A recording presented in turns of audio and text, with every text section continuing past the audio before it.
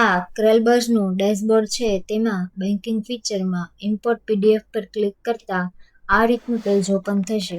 આ ડ્રોપડાઉનમાં તમારા બેંકનું નામ ન હોય તો ક્રિએટ ન્યૂ પર ક્લિક કરીને અહીં તમારા બેંકનું નામ એડ કરીને અંડર ગ્રુપમાં બેંક અકાઉન્ટ સિલેક્ટ કરીને ક્રિએટ અકાઉન્ટ પર ક્લિક કરતા તમારા બેંકનું નામ ડ્રોપડાઉનમાં આવી જશે.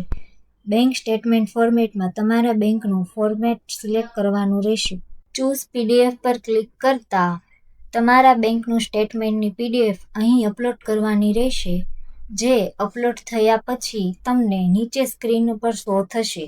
પ્રિવ્યૂ પીડીએફ પર ક્લિક કરતા બધી જ એન્ટ્રી નીચે શો થશે અને ઇમ્પોર્ટ ઓલ ટ્રાન્ઝેક્શન પર ક્લિક કરતા તમારી બધી જ એન્ટ્રી સક્સેસફુલી ઇમ્પોર્ટ થઈ જશે અને ગો ટુ લિસ્ટ નાવ પર ક્લિક કરતા તમે લિસ્ટ પેજ ઉપર જશો. તેમાં બેંક અકાઉન્ટમાં ડ્રોપડાઉનમાં તમારું બેંકનું નામ સિલેક્ટ કરશો એટલે બધી જ એન્ટ્રી નીચે શો થશે. જેમાં ઉપર bank rule, apply to all, import statement જેવા ફીચર્સ આપેલા છે.